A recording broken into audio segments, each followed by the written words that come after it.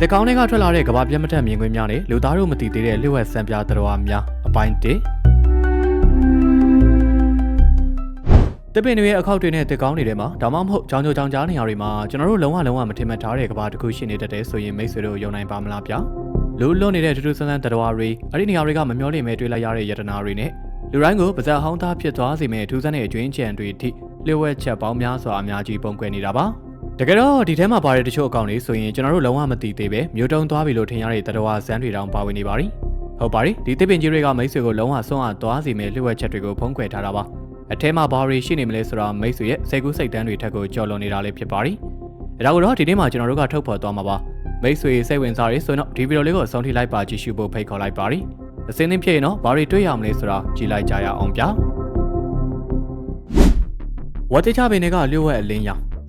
်ဒီတကယ်ကြီးတစုကတောနတ်ထဲကရှေးအောင်ဝတ်တိချပင်ကြီးတွေထဲမှာဒူးဆန်းတဲ့အရာတွေမြုပ်ထားတွေဆိုတဲ့ကောလာဟာလာကိုကြားခဲ့ကြပါပြီဒါနဲ့ပဲသူတို့ကိုယ်တိုင်မျက်မြင်တွေ့ဖို့တောထဲကိုထွက်လာခဲ့ကြတာပေါ့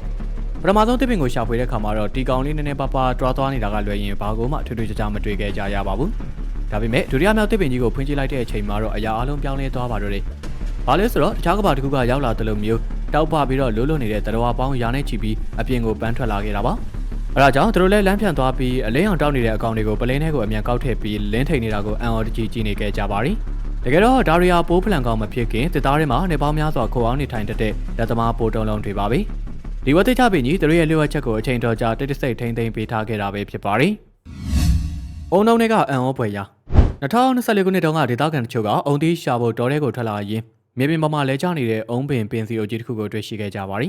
ီဒါပေမဲ့မြင်လိုက်တာနဲ့တခုခုမူမမှန်တယ်လို့ဖြစ်နေတာပါအဲ့ဒါကအထက်ကနေလှုပ်ရှားတန်တွေထွက်ပေါ်နေတာပါပဲဒီချိန်မှာဒေသခံတယောက်ကမနေနိုင်မထိုင်နိုင်ဖြစ်ပြီးပင်စီကိုခွဲပစ်လိုက်ပါရီအဲဒီနောက်ဖြစ်ပျက်လာမယ့်အရာတွေကိုတော့ဘယ်သူမှကြိုတင်ပြင်ဆင်ထားနိုင်ခဲ့ခြင်းမရှိခဲ့ပါဘူးဘာလို့လဲဆိုတော့အထက်ကနေကနန်းမောင်းရာနဲ့ချီပြီးတပြိုင်နက်တည်းရုံးခံထွက်လာခဲ့ပြီးအရက်မျက်နှာအနှံ့ကိုပြေးလွှားနေခဲ့ကြလို့ပါပဲတကယ်တော့ဒီအုံးပင်ပင်စီကြီးကသူတို့ရဲ့ကိုယ်ပိုင်အင်ကေဟာကြီးဖြစ်နေခဲ့ပြီးလူတွေလာနောက်ရှက်တာကိုလုံးဝလက်မခံနိုင်တဲ့ပုံစံပါပဲဒီလူစုကမနက်ခင်းတုန်းကအုံးတီးရယုံဒါမှမဟုတ်ပေါ့ပအလုပ်ပြီးမဲ့ရက်လိုပဲမျှော်လင့်ထားခဲ့တာပါဒါပေမဲ့သူတို့ကြုံတွေ့လိုက်ရတဲ့အခိုက်အတန့်ကတော့လုံးဝကိုမျှော်လင့်မထားခဲ့ပါဘူးအမျက်ထွက်သွားခဲ့တာကတော့မပြေးနိုင်တဲ့ကနန်းမောင်းများစွာကိုဖမ်းမိသွားခဲ့တာပဲဖြစ်ပါရီလက်ချောင်းတွေပါတဲ့ကောင်ရှည်ဖလော်ရီဒါမြောက်ပိုင်းကဒေါ်လန်တစ်ခုမှာလမ်းလျှောက်ထွက်လာသူတအုပ်ကခရီးစဉ်အဆုံးတက်ခန့်ဒီမှာမြေပြင်ပေါ်မှာထူးဆန်းတဲ့အရာတစ်ခုကိုသတိထားမိသွားပါရီအဲ့ဒါကဒီတိုင်းဆွေးမြင့်နေတဲ့တစ်လုံးကြီးတစ်တုံးသူ့လိုလှုပ်ရှားနေတာပါပဲသူကတေချာဂိတ်တစ်ဆိုင်ကောက်ကင်ပြီးတော့ကြည့်လိုက်တဲ့အခါအောက်မှာခွေနေတဲ့အကောင်ရှည်တစ်ကောင်ကိုတွေ့လိုက်ရပါရီဒီတိုင်းကြည့်လိုက်ရင်တော့ကိုရဲကရှည်လျားချုံးမှုပြီးတော့ခြေလက်တွေကိုလည်းမမြင်ရတာမို့မွေတစ်ကောင်နဲ့လုံးဝကိုစင်တူနေပါရီဒါပေမဲ့အဲ့ဒီအကောင်ကနည်းနည်းလေးလှုပ်ရှားလိုက်တဲ့အချိန်မှာတော့သူ့ရဲ့တင်းငယ်လာတဲ့ခြေထောက်လေးတွေကိုကွက်ကွင်းကိုမြင်တွေ့လိုက်ရတာပါအဲ့ဒီချိန်မှာရင်သူထင်ထားတဲ့အတွေ့အကြုံကတောက်လျှောက်ပြောင်းလဲသွားခဲ့တာပါတကယ်တော့ဒါအောင်မွေမဟုတ်ပဲနှစ်ချို့ငရှင်းဖြစ်နေပါရီပို့ပြီးတော့စဉ်းစားရခက်စီတာကဒီလိုရေမြေဆွတ်တဲ့နေရာတွေမှာပဲနေတတ်တဲ့တော်မျိုးကိုဘာလို့အခုလို6သွေးတဲ့တောအုပ်ထဲမှာလာတွေ့နေရတာလဲဆိုတာပါပဲနောက်မှသိလိုက်ရတာကတော့သူကခြေနှချောင်းပါဂုံးနေရင်တဲ့အကောင်မျိုးဖြစ်ပြီးဘယ်လိုနေရာမျိုးမှမဆိုခန္ဓာကိုယ်ဆွတ်နေအောင်အကျွဲရည်တွေနဲ့ဖုံးဟုတ်ထားနိုင်တဲ့စွမ်းရည်ရှိတယ်လို့သိရပါရီနှာချေလိုက်တဲ့အလှဆင်ပစ္စည်းမိတ်ဆွေကကိုယ့်ရဲ့အကန်ထဲမှာထိုင်ရင်လှပဆန်းပြတဲ့ခရစ်စမတ်တစ်ပင်ကြီးကိုငေးမောကြည့်နေတယ်လို့စိတ်ကူးကြည့်လိုက်ပါအဲဒီချိန်မှာအပင်ပေါ်ကအလှဆင်ပစ္စည်းတစ်ခုကမိတ်ဆွေကိုပြန်ဆိုင်ကြည့်နေပြီးရုတ်တရက်နှာချေပြလိုက်ရင်မိတ်ဆွေဘယ်လိုဖြစ်သွားမလဲဗျာအမေရိကန်မျိုးသမီးတို့ကအိမ်သားတွေဆင်ထားတဲ့ခရစ်စမတ်ပင်ရဲ့နှွေးထွေးတဲ့မီးရောင်လေးကိုကြည့်နေတော့အလှဆင်ပစ္စည်းတစ်ခုကပုံမှန်မဟုတ်ပဲအမွှေးပွားကြီးဖြစ်နေတာကိုသတိထားမိသွားပါရီအဲဒါကြောင့်တေချာမြင်ရအောင်အနားကိုတုပ်ပြီးတော့ကုန်းကြည့်လိုက်တဲ့အချိန်မှာပဲအဲဒီကောင်ကသူမရဲ့မျက်နှာတက်တက်ကိုဖတ်ခနဲ့နှာချေပြလိုက်ပါတော့တယ်သူမထင်ထားတဲ့အလားစင်ပစ္စည်းဆိုတာတကယ်တော့တကိုင်းတွေကြားထဲမှာအပိုင်းနိုင်နေရယူထားတဲ့အိုပေါ့ဆန်ကောင်လေးဖြစ်နေတာပါတားပိုက်ကောင်တစ်မျိုးလို့လည်းလူတွေသိကြပါရီအမျိုးသမီးကလည်းလက်အိတ်ဆွတ်ပြီးတော့ဖမ်းဖို့ပြင်လိုက်ပြီမြဲဒီကောင်လေးကအေကန်ရဲ့ဆိုဖာအောက်ကိုတန်းပြေးပြီးတော့ပုံနေခဲ့တာပါအဲဒါကြောင့်အေကန်ထဲမှာအသေးတန်လိုက်ဖမ်းပြီးတဲ့နောက်မှာတော့ကောင်လေးကိုအပြင်ကိုအောင်မြင်မောင်းထုတ်နိုင်ခဲ့ပါရီဒါပေမဲ့အမျိုးသမီးကတော့အခုထိကြောင်အန်းနဲ့ငါ့အိမ်လေးကိုဒီကောင်လေးဘယ်လိုဝင်လာတာလဲလုံးဝကိုစဉ်းစားလို့မရဘူးဆိုပြီးအန်အောလို့မဆုံးဖြစ်နေခဲ့ရတာပါတကောင်လေးကမွေဟောက်တိုက်မွေးစရာနှစ်ယောက်ကကန်းကြီးတစ်လျှောက်လမ်းလျှောက်နေရင်လည်းအုံးပင်ချေရင်နာကတင်းငယ်တဲ့အပေါက်လေးတစ်ခုကိုတတိထားမိသွားကြပါရီတယောက်ကအနားကိုတုပ်ပြီးတော့ငုံကြည့်လိုက်တဲ့အခါအထဲမှာတစ်ခုခုလှုပ်ရှားနေတာကိုတေချာပေါက်မြင်တွေ့လိုက်ရတာပါသူတို့ကအလောတကြီးမလုပ်ဘဲနဲ့တစ်ပင်ရဲ့ပင်စီကိုတဖြည်းဖြည်းချင်းဂရုတစိုက်ခွဲကြည့်လိုက်တဲ့အခါမြင်လိုက်ရတဲ့မြင်ကွင်းကြောင့်သွေးပြတ်မတက်ဆွန့်ရသွားခဲ့ကြရပါရီဘာလို့လဲဆိုတော့အထဲမှာကော့ပရာမိုဟောက်တွေကိုအထွေးလိုက်တွေ့လိုက်ရလို့ပါပဲသူတို့ကတကောင်နဲ့တကောင်လိန်ရှက်စုပြုံခွေနေပြီးပါဇက်တွေဟာပြဲကြီးနဲ့ရံမှုဖို့အတွက်ဆွဆွဝဝအတန်တွေလည်းပေးနေကြပါရီတာမန်လူတွေဆိုရင်တော့နောက်ဆုတ်ပြေးသွားကြမှာဖြစ်ပေမဲ့ဒီမွေဆရာနှစ်ယောက်ကတော့အေးလူပါပဲသူတို့ကစိတ်ကိုတည်တည်ငြိမ်ငြိမ်ထားပြီးတော့မွေဟောက်တွေကိုတကောင်ကျေးစီအသားရဆွဲထုတ်ကအေကြီးတဲ့အိတ်ထဲကိုစနစ်တကျထည့်သွင်းဖန်ဆီးခဲ့ပါရီ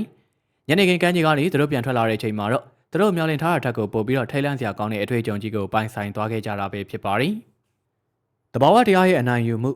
အိန္ဒိနာချင်းရဲ့တဲအနီးမှာချန်စီယိုအဟောင်းကိုပြင်ဖို့လာရောက်လောက်ကင်တဲ့အလုပ်သမားတအုပ်ကအလုပ်လုပ်နေရင်းနဲ့သူ့ကိုကြောင်အမ်းပြီးတော့ရပ်တန့်သွားစေမယ့်မြင်ကွင်းတစ်ခုကိုတွေ့လိုက်ရပါတယ်။အဲ့ဒါကတော့25နှစ်ကြာအောင်ဘယ်သူမှမကင်ပဲပြစ်ထားခဲ့တဲ့စပိန်ဟောင်းကြီးတစ်စီးပါပဲ။အဲ့ဒီအချိန်တော်တွင်မှာတစ်ပင်ငယ်လေးတစ်ပင်ကစပိန်ရဲ့ကိုယ်ရဲ့ကြားထဲကနေတိတ်ဆိတ်ထိုးထွက်ပြီးတော့ကြီးထွားလာခဲ့တာဖြစ်ပါတယ်။တစ်ပင်လေးနှင်းပြစင်ကလေးကစပိန်ဖောင်ကြားထဲကနေအပင်စီကထိုးထွက်ပြီးနေရာယူခဲ့တာဖြစ်ပြီးနှစ်တွေကြာလာတဲ့အမျှအနောက်တာယာကိုဖောက်ထွက်ကတစ်ခေါက်တွေကတန်ကိုယ်ရဲ့ကြီးကိုအပိုင်နိုင်ပတ်ပတ်လဲဝါမျိုးပစ်လိုက်တာပါ။အခုဆိုရင်အဲ့ဒီစပိန်ဟောင်းကြီးကတစ်ပင်ရဲ့ပင်စီနှစ်ခုကြားထဲမှာညက်ပြီးတစ်ပင်ကြီးရဲ့တစ်စိတ်တစ်ပိုင်းဖြစ်လုံးဝကိုတင်ပိုက်ခံလိုက်ရပါပြီ။တဘာတရားကတော့ဒီစပိန်ကိုသူ့ရဲ့ပစ္စည်းအဖြစ်အလွယ်တကူပဲဆုံးဖြတ်ပြီးတင်ပိုက်လိုက်တဲ့သဘောပါပဲဗျာ။ညနေတဲ့ဝဝင်ပေါက်လေးများ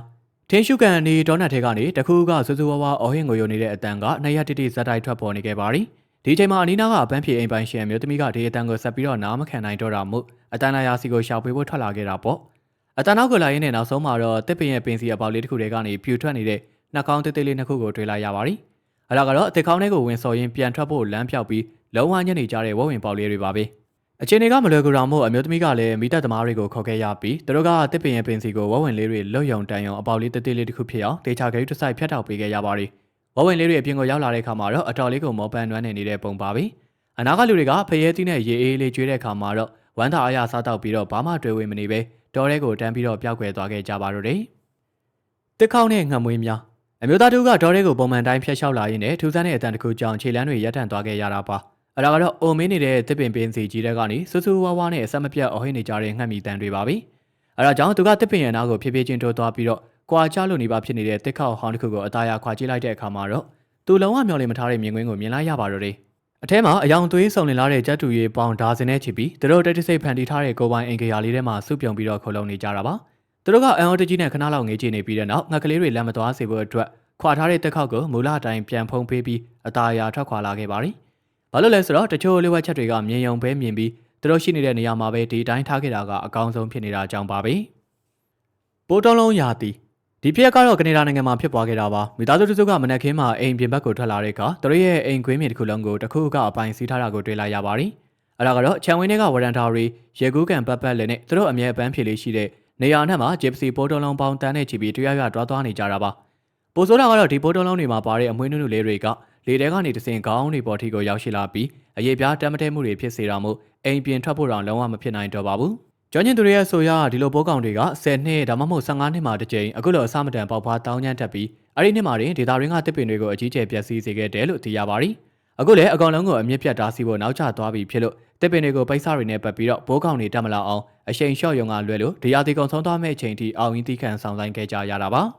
။အိမ်တော်ဖေးကစောင်းခိုဝဝင်ကော်နယ်တီကပြည်နယ်ကအင်ရှင်မျိုးသမီးတအုပ်ကတရက်မှာအိမ်ပြင်ကိုထွက်လာရင်အိမ်တော်ဖေးကတစ်ပင်အိုကြီးရဲ့တစ်ခေါင်းထဲမှာအိမ်ငါအသစ်ဆက်ဆက်တကောင်လာရောက်နေရယူနေတာကိုတွေ့လိုက်ရပါတယ်။အဲ့ဒါကတော့တစ်ခေါင်းကျဲကြီးထဲမှာအပိုင်နိုင်ခြေချနေထိုင်နေတဲ့ဝဝင်ကြီးတကောင်ပါပဲ။ဒီကောင်ကြီးကပြီးခဲ့တဲ့နေရာဒီကလေးကဒီနေရာကိုသူ့ရဲ့ကိုယ်ပိုင်အပန်းဖြေစကန်လိုမျိုးသဘောထားပြီးခောက်တုတ်ခောက်ပြန်လာနေခဲ့တာလေးဖြစ်ပါတယ်။အခုဆောင်းရည်ရောက်ခံနေလာတဲ့အခါမှာတော့တစ်ပင်ရဲ့ပင်စီထဲမှာခွဲခွဲလေးဝင်အိပ်ပြီးစောင်းခိုဖို့တေးသေးချာချာကြီးကိုနေရာယူလိုက်တာပါ။အနီးနားကအိမ်နီးနားချင်းတွေကတော့ဒီမြင်ကွင်းကိုအဝေးကနေလှမ်းကြည့်ပြီးသဘောကျနေကြပေမဲ့ခလေးငယ်တွေရှိတဲ့အင်ရှယ်မျိုးသမီးတွေအတွက်ကတော့အင်ရှယ်ဝင်းထဲမှာဝဝင်ကြီးတကောင်စောင်းခိုနေတာကလုံးဝကိုပျော်စရာဟုတ်မနေပါဘူး။ဒါကြောင့်မလို့ဒေါ်ရိုင်းဒရိတ်ဆန်ထင်းသေးကျွမ်းကျင်သူတွေကိုဆက်သွယ်ခဲ့ရပြီးသူတို့ကဝဝင်ကြီးကိုဘယ်သူမှမနှောက်ယှက်နိုင်မဲ့ဒေါ်နတ်ပိုင်းတနေရာစီကိုအေးအေးဆေးဆေးအိတ်ဆက်နိုင်ဖို့ဂယုတစိုက်ရွှေ့ပြောင်းပေးခဲ့ကြပါသည်။တခေါင်းနဲ့ပိတ်မိနေတဲ့ခွေးလေးလူဝီစီယာနာဒေါ်နတ်ထဲမှာတက်ခုတ်လုပ်ငန်းခွင်ကအလုပ်သမားတစုကတစ်ပင်တစ်ပင်ကိုလွှားနေဖြတ်နေတော့သူတို့ရဲ့လွှားစင်ကနေပုံမှန်မဟုတ်တဲ့အရာတစ်ခုနဲ့တွားညှိမိပါတော့တယ်။ဒီအချိန်မှာသူတို့လည်းအလုပ်ကိုခဏရက်တေးသေးချာချာနားဆွင့်ကြည့်လိုက်တဲ့အခါ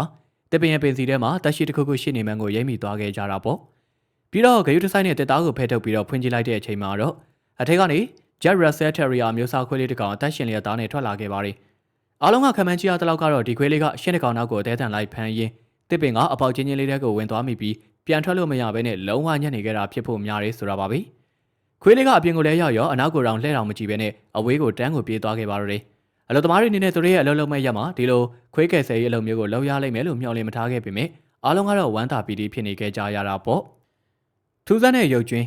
2011ခုနှစ်တုန်းကရုရှားနိုင်ငံရဲ့တိတ်ဆိတ်တဲ့ရွာငယ်လေးတွေမှာလယ်သမားတအုပ်ကဘလို့မှစဉ်းစားလို့မရနိုင်တဲ့ထူးထူးဆန်းဆန်းအရာတစ်ခုကိုမတော်တဆတွေ့ရှိခဲ့ပါတယ်။အဲ့ဒါကတော့အဲ့ဒီဒေသမှာတစ်ခါမှမမြင်ဘူးတဲ့ထူးဆန်းတဲ့သတ္တဝါတစ်ကောင်ရဲ့ရုပ်ကျွင်းပါပဲ သူရဲ့ဦးခေါင်းကပုံတရံကထူးဆန်းနေပြီးခန္ဓာကိုယ်တိဆောက်ပုံကလည်းပုံမှန်မဟုတ်တဲ့ပြင်သူရဲ့လေပင်ကအနာကတစ်ပင်ကိုရစ်ပတ်ထားလျက်သားအနေထားနေတင်ရုတ်တရက်အသက်ရှူရသွားတဲ့ပုံစံမျိုးဖြစ်နေတာပါ